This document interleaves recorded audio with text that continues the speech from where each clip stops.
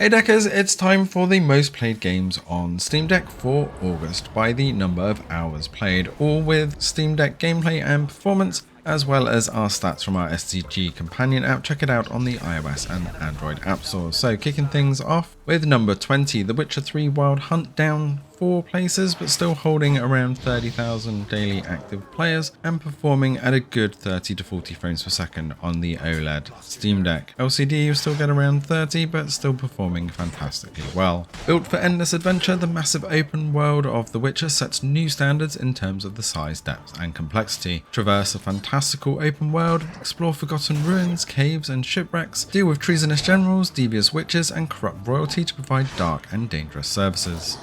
Coming in at 19, back up one place, is Hogwarts Legacy. Pushing over 30,000 daily active players recently, Hogwarts Legacy is still a bit hit and miss in towns, but is around 35 to 40 frames per second in the open world, if you don't mind that sub 30 frames per second in around Hogwarts. Hogwarts Legacy is an open world action RPG set in the world first introduced in the Harry Potter books. Embark on a journey through familiar and new locations as you explore and discover magical beasts, customize your character and craft potions, master spellcrafting, upgrade talents and become the wizard you want to be.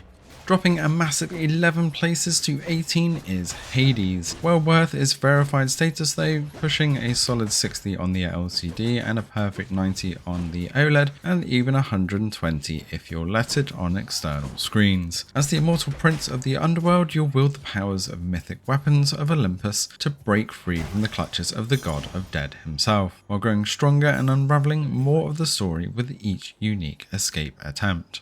A new entry at number 17 of Fields of Mistria, pushing 10,000 plus daily active players with overwhelmingly positive status. I can't help but feel this looks very familiar and a more colorized version of Stardew Valley. Although it does have a few tricks up its sleeve, it definitely is just as addictive, but will only run at 60 frames per second. But considering that only pushes around 10 watts, you're going to get a good 5 to 6 hours minimum with this one. Get ready to begin a brand new life in the world that's brimming with possibilities. Mistria, an idyllic village tucked between forest and the sea, has offered you an overgrown but full of potential homestead in exchange for your assistance.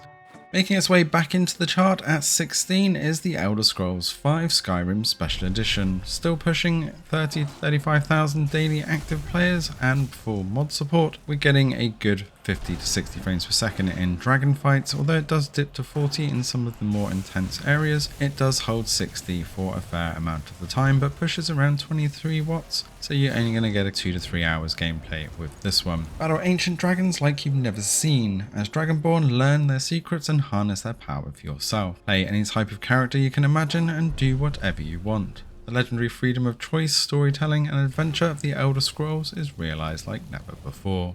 One of the most beautiful games that you'll play on Steam Deck's down 4 places to 15, which is Red Dead Redemption 2. Only playable status but pushing around 40,000 daily active Steam players and pretty much a solid 40 frames per second with our recommended settings. You can lower it to 30, but 40 is definitely where you want to be playing this game, especially with the graphical fidelity. You just want to soak it all in. Arthur Morgan and the Vandalin gang are outlaws on the run. With federal agents and the best bounty hunters in the nation massing at their heels, the gang must rob, steal and fight their way across the rugged heartland of America in order to survive.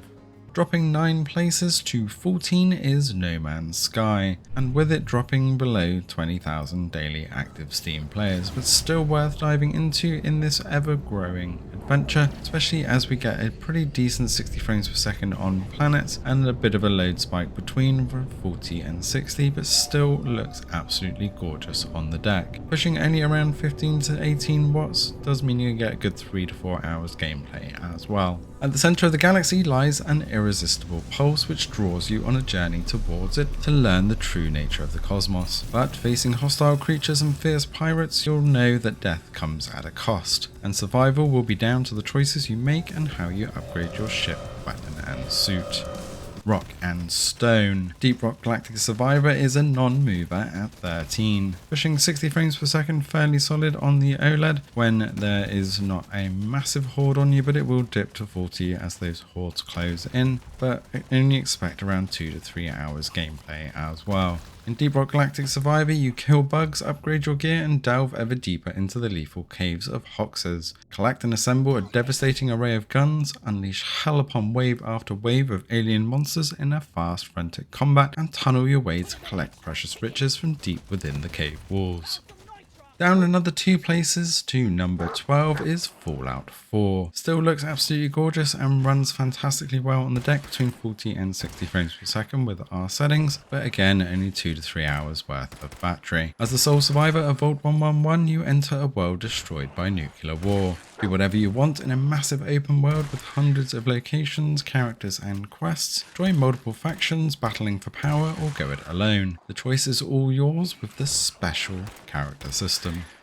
Up another 3 places to number 11 is Cyberpunk 2077. Still one of my favourite games of all time, and back to over 35,000 daily active Steam players. You can see everybody wants back in on the action. Pushing 30 to 40 frames per second in the standard parts of town, but struggling to hold 30 in Dogtown still. It will be a bit of a mission to play this one with the DLC, and only expect around 2.5 hours gameplay at best. Cyberpunk 2077 is an open-world action RPG adventure set in the megapocalypse of Night City, where you play as a cyberpunk mercenary wrapped up in a do-or-die fight for survival. Featuring all new free additional content, customize your character and playstyle as you take on jobs, build a reputation, and unlock upgrades.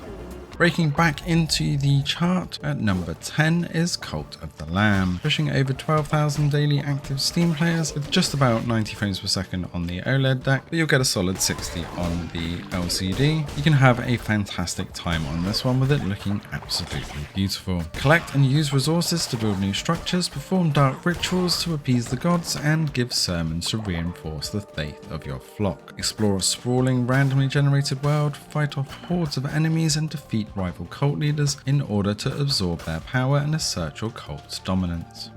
Up another 3 places, and always in the charts, is Slay the Spire, running at a perfect 60 frames per second on the LCD or OLED and only pushing around 7 watts, meaning you're going to get a good 6 to 8 hours gameplay. Choose your cards wisely. Discover hundreds of cards to add to your deck with each attempt at climbing the spire. Select cards that work together efficiently, dispatch foes, and reach the top. Every time you venture up the spire, expect a randomly generated path. Choose either a risky or safe route where you'll face different enemies, gain different cards, and even discover different relics. Down 1 place to number 8, but holding firm with over 160,000 daily active Steam players, is Grand Theft Auto 5. With our new settings, which we will finally get up this month, now we have the all new footage, which you can see on your screen right now. We're getting a good 60 plus frames per second all of the time on the Steam Deck OLED, with it looking absolutely fantastic. When a young street hustler, a retired bank robber, and a terrifying psychopath find themselves entangled with some of the most frightening and deranged elements of the criminal underworld, US government, and the entertainment industry, they must pull off a series of heists to survive in a ruthless city where you can trust absolutely no one. Back up another 2 places to number 7 is Vampire Survivors, playing at a perfect 90 frames per second on the Steam Deck OLED now and at less than 8 watts, meaning you're going to get good 5 to 6 hours gameplay very easily, even when you have masses of hordes of enemies all around you. Vampire Survivors is a time survival game with minimalistic gameplay and roguelite elements. Hell is empty, the devils are here, and there's no place to run or hide. All you can do is survive as long as you can until death inevitably puts an end to your struggles. There must have been an update because Diablo IV is back into the charts at number 6. Still looking absolutely gorgeous, but don't expect 60 frames per second on this one because you do really want to take in the most with these graphics. Pushing between 40 and 50 frames per second for the most part, but you pretty much cap this at 40 for stability, but only around 2.5 to 3 hours gameplay on battery. The endless battle between the high heavens and the burning hells rages on as chaos threatens to consume Sanctuary. With ceaseless demons to slaughter, countless abilities to master, nightmarish dungeons and legendary loot, this vast open world brings the promise of adventure and devastation.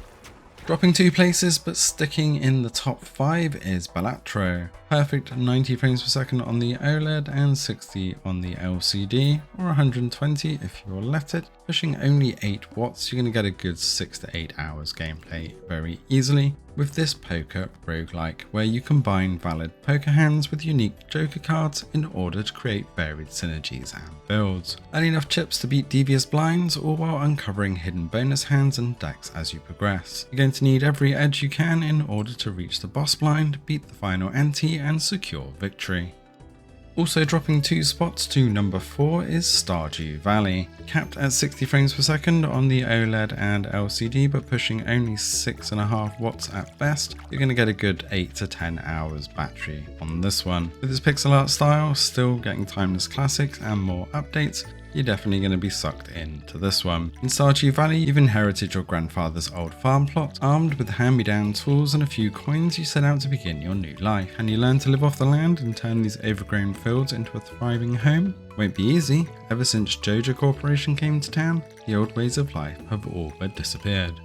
Back up into the top 3 at number 3 is Baldur's Gate 3. That's a lot of 3s. And in Act 3, you will still struggle to hold 30 frames per second, but it definitely seems to be holding it a little bit better. So I will definitely be going back into this one, and maybe it's due an update. However, moving around 20 frames per second is still quite common, so I'm not quite sure how people are saying they're getting much higher frame rates. Abducted, infected, and lost, you are turning into a monster. But as the corruption inside you grows, so does your power. That power may help you to survive, but there may be a price to pay. And more than any ability, the bonds of trust that you build within your party could be your greatest strength.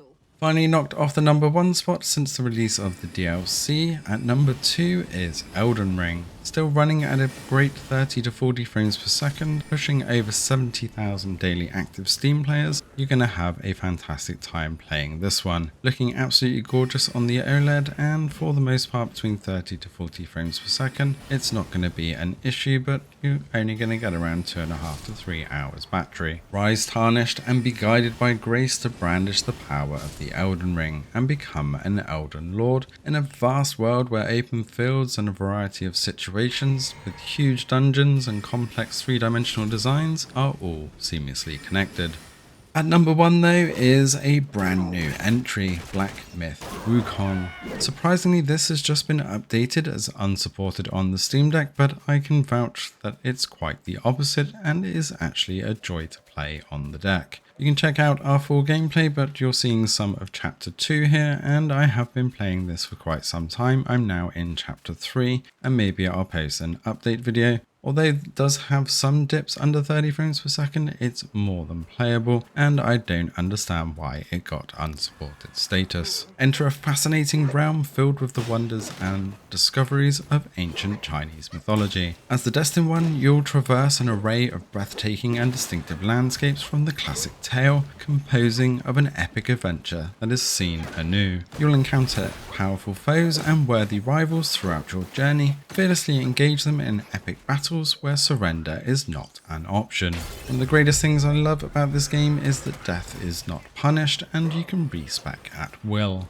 That's the most played games on Steam Deck officially by number of hours played, but what have you been playing on the Steam Deck this month? Let us know in the comments below, and also give us a shout whether you think we should keep this at 20 or knock it back down to a top 10. Be sure to check out the Steam Deck Companion App on the iOS and Android app stores if you want all these stats in your pocket. Thanks for watching, and see you in the next one.